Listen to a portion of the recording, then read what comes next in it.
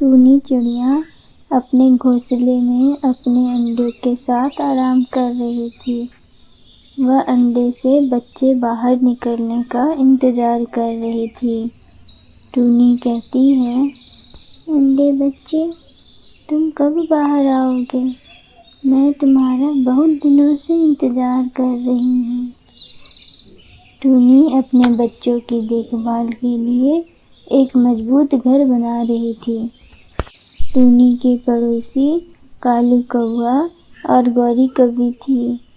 टूनी चिड़िया का उसके बच्चों के लिए तैयारी देखकर दोनों उससे जलने लगे थे। गौरी कौवी कहती है, टूनी, अभी तो तुम्हारे बच्चे बाहर भी नहीं आए और तुम अभी से ही सारे इंतजाम करने शुरू कर दिए हैं।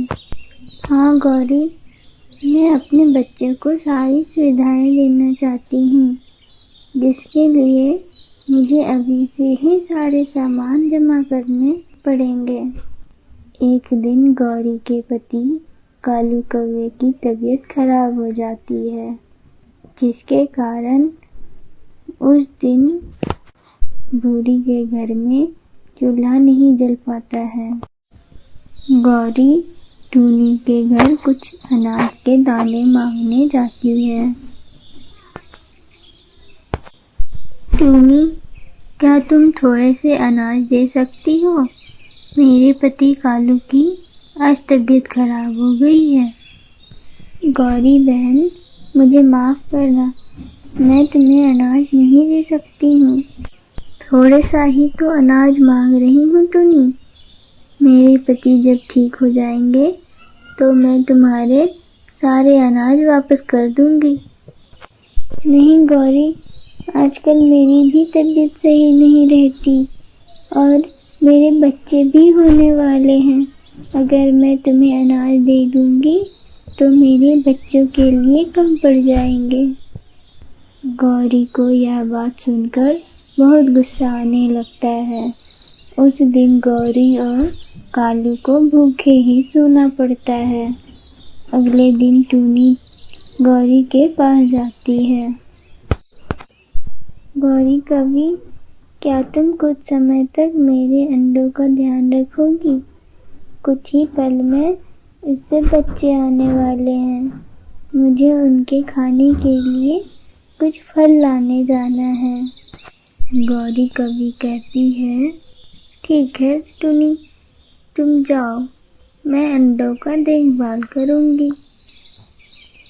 गौरी ने तो कह दिया था कि वह अंडों का देखभाल करेगी, लेकिन मन ही मन वह टूनी से बदला लेना चाहती थी, क्योंकि टूनी ने उसे अनाज देने से मना कर दिया था। कुछ देर बाद गौरी देखती है कि टूनी के अंडे के पास एक बाज आ जाता है। गौरी कौवी बाज से कहती है, बाज भैया, ये अंडे ले जाओ, ये सांप के अंडे हैं। अगर ये यहाँ रहे तो सांप हमारे अंडे को भी नुकसान पहुँचा सकते हैं। बाज मन ही मन खुश हो जाता है। बाज सोचता है, आज तो बिना मेहनत किए ही खाना मिल गया। आज तो अंडे खाऊंगा और दिन भर फिर आराम करूंगा। कुछ देर बाद टूनी अपने घोंसले में वापस आती है। उसके घोंसले में अंडे नहीं थे, जिसके कारण वह परेशान हो जाती है। वह गौरी कौवी के पास जाती है। कालू कौवा और गौरी कौवी अपने घोंसले में सो रहे थे। टूनी कहती है, गौरी, ओ गौरी, बाहर आओ। गौरी कौवी कहती है, क्या हुआ टूनी? गौरी, मेरे अंडे घोंसले में नहीं हैं। तुमने देखा किसी को अंडे ले जाते हुए? गौरी कौवी कहती है, नहीं टूनी, मैंने किसी को नहीं देखा। मैं तुम्हारे अंडों की देखभाल ही कर रही थी। फिर मुझे नींद आने लगी तो मैं आकर सो गई।